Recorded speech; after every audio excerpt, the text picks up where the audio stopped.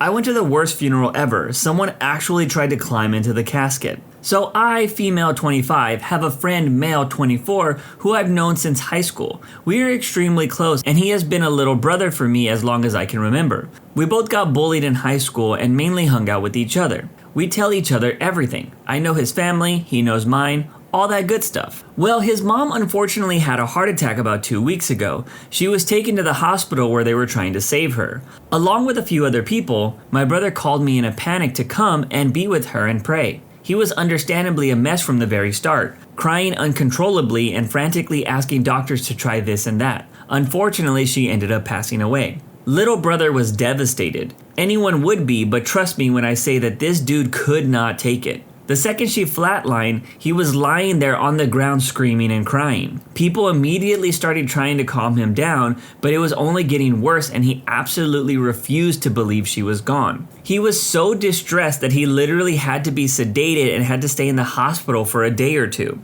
The next few days he cried a lot, vented a lot, all the usual grief stuff. Me and many other people were there for them. He ended up getting hospitalized again because his chest hurt so much from being so sad. Fast forward to today, the day of the funeral. Oh my God. It was a disaster. It was an open casket, so just like most open caskets, people stood by to look at her and pay their respects before sitting down. My very heartbroken little brother did a lot more than just that. For a solid 10 minutes, he was on his knees sobbing about how she was so beautiful, she loved him so much, etc. I felt bad for him, as did everyone else. But more and more people showed up and he was holding up everyone who wanted to pay their respects. I walked over to him and said, "Hey, it's alright, let's go sit down so we can let everyone else see her, okay?" He stood up and told his mom that he loved her, and gave her a kiss on the cheek. He started crying all over again though, and we were right back to where we started. I had to hold him upright while we walked to our seats, otherwise he would have went straight back. We get to our seats and he's obviously still a mess. He's hyperventilating, yelling about how she's gone and will never come back. People were staring, and if I'm being honest, it was a little embarrassing. I just told him to take deep breaths and it'll be alright. I am not good whatsoever with comforting people in person, but trust, I was trying my best here. We just sat and held hands until the service started. Finally, the funeral starts. Things aren't getting any better. We were about 3 seconds in when the priest said something like, "She was taken from us far too soon." Without any hesitation, little bro screams to him, "True, that's true, way too soon."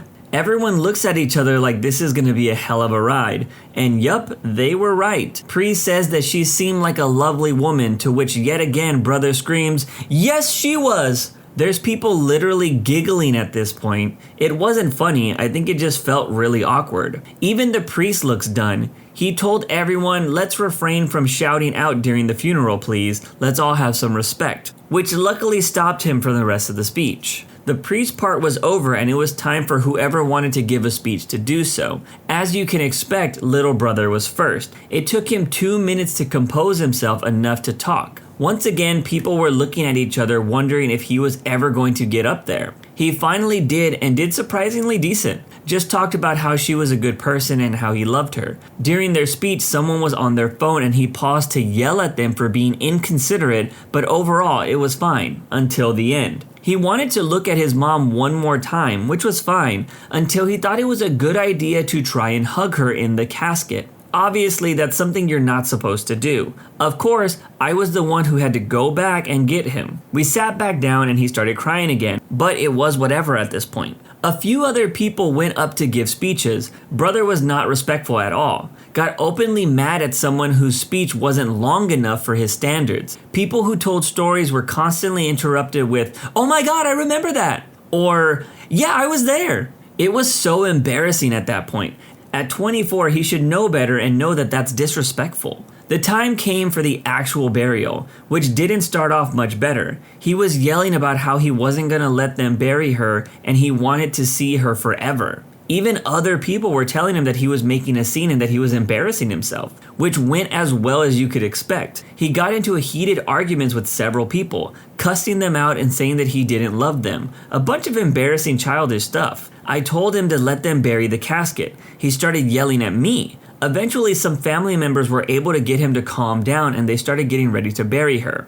And what happened next is something I just couldn't believe. He announced that he wanted to look at his mom one more time. He was ignored at first, but eventually yelled enough that they opened the casket for him. And oh my God, he lost his mind. Started sobbing uncontrollably. Then what I'm about to say 100% happened. He tried to climb into her casket. Everyone had to pull him off and he was taken home after that. I left too because honestly the whole thing was a poop show from the start and I couldn't watch it anymore. It's been a few hours since the whole thing and I still can't believe what happened. If I had known it was gonna be like that, I wouldn't have even gone. This is the craziest I've ever seen my bro, and trust me, he's a character. I really hope he gets some sort of therapy to handle this grief. As crazy as this was, he's very obviously distraught and not in his right mind. But needless to say, this was one hell of a funeral. Don't think anyone's gonna forget about it for a while. Sorry bro, but let me know, what would you have done in this situation?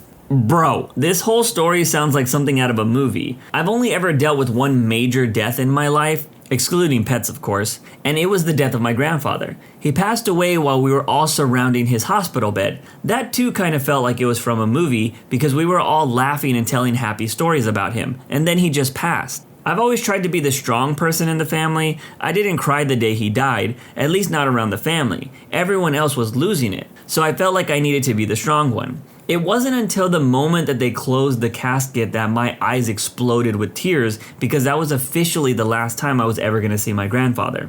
Death sucks, but sadly it's a part of life. Only thing we can do is enjoy it while we got it and make sure that we don't jump into caskets of our loved ones when they die. Last night my father was a jerk and I don't know if I can look at him the same again. I am writing this while I'm very emotionally charged. What's coming out here is backed by anger, sadness, fear, and worry. Last night we went to the country fair demolition derby, which was fun and all. My parents, as usual, were drinking. I've never really liked it when they do, but last night solidified my feelings of disgust and hate for it. As a 16-year-old with a license, I was driving home. Of course, with nearly 1,000 people all trying to leave at the same time, there was traffic. There was this Cadillac driven by some middle-aged woman whose stick is so far up her butt that it gave her brain damage. When there's those intersections in the parking lot where the lines form to join the main line, there's the unspoken rule of 1 for 1. Well, she thought that didn't apply to her and went anyways. My dad, in the back seat, told me to be more aggressive and try and tell her to get behind me and follow the rules. I did my best, but the stick up her butt seemed to be giving her a heightened sense of importance and she went ahead of me. She's a butthead, but it's fine with me.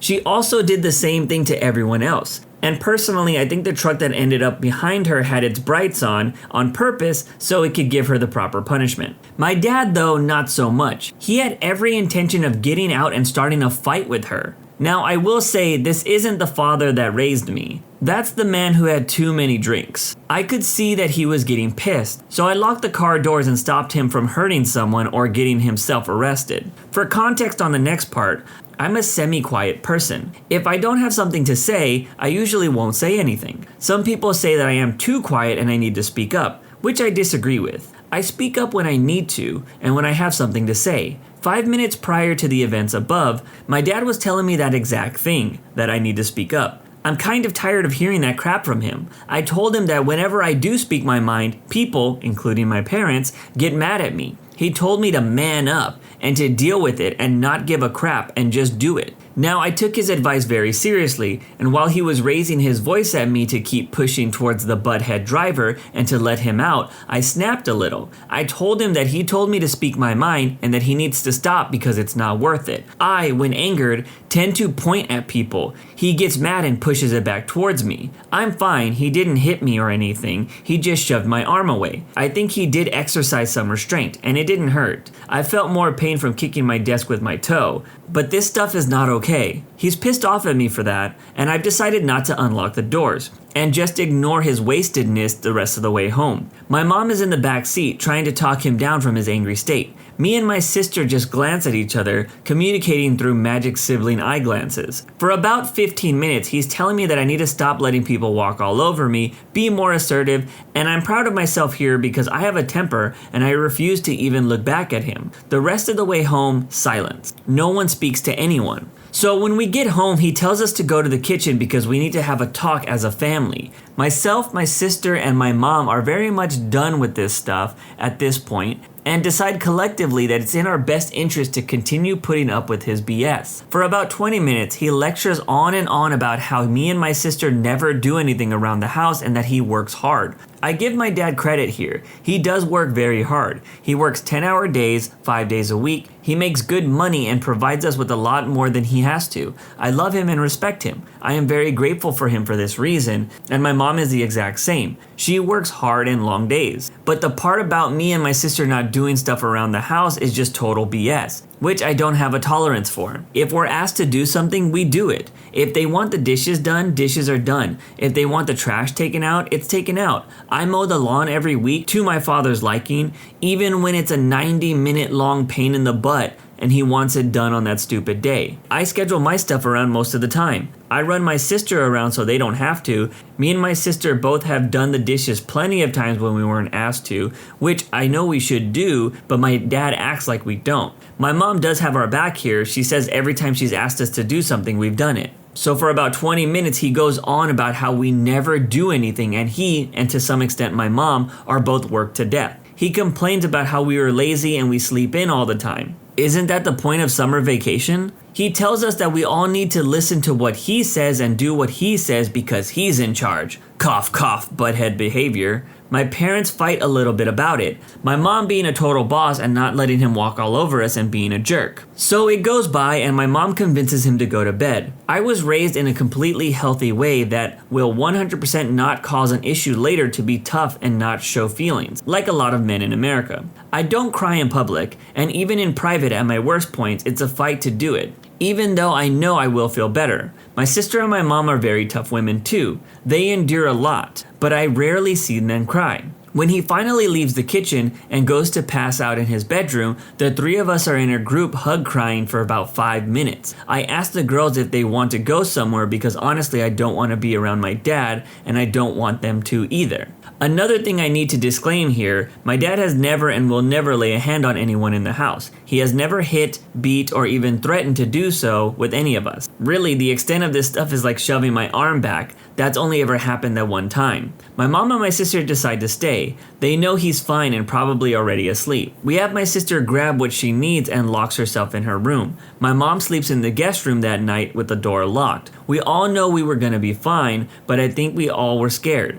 I had plans that night to be with friends, so I grabbed my stuff and went. I didn't really want to be home. Everything and everyone is fine. I got back early in the morning and my dad was fine. He was back to the loving, caring father I know and love. Simply put, he got wasted and made a lot of poor choices. But that's where the post title comes in. After seeing him last night, it's really hard for me to look at him the same after what he did. His actions and words were not okay, and several times he acted in ways that he told me to never act. I want to respect him and look up to him. He was hurtful and borderline verbally abusive. Honestly, no one is saying it, but me, my sister, and my mom are all a little unsure of where their marriage is. If I had it my way, I would have gone and stayed somewhere else for a few days while I reflected on everything that happened and what I needed. But being 16, I have no right to do so. Which, fairly pointed out by my wasted, angry father, I kindly have to listen to him until I'm 18. But also, hotel rooms are expensive, and I don't want to drag the rest of the family or friends into this. I'm writing this about 15 hours later.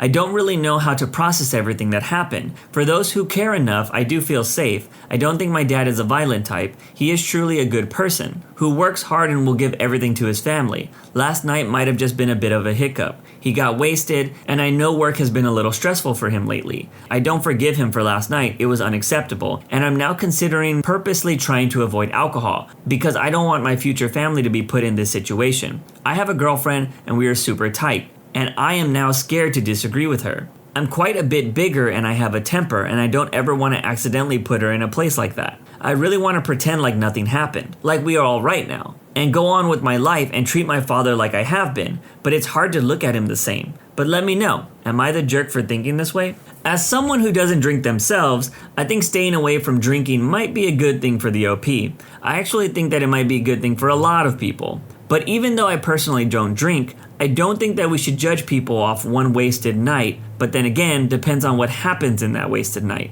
In this situation, the OP is young, and I hope that they realize in time that one moment isn't something that you should judge your father off of, especially if he's a good father 99% of the time. I do think that she should speak to her father about her feelings and what happened. My dad used to drink a lot when I was really young, and I hated it. He used to have a temper, but he was never violent. Nowadays, he's just a happy drunk to the point that it's hard to believe that he used to be an angry one when I was young. Moral of the story is people can change. You shouldn't base your whole view of them off one bad experience. But to be fair, if that one experience is really bad, then it's okay to be a little judgy. Today a customer got annoyed, abandoned their shopping cart on the belt, and just walked out. I really felt for the guy. So this happened earlier today. I was on a till serving, as were a couple of others. It was busy, so there were a few of us on tills. As the number of people started to dwindle, the till in front of me had closed down and was serving the last few customers who had already had shopping on their belt. I had been serving for a good few minutes afterwards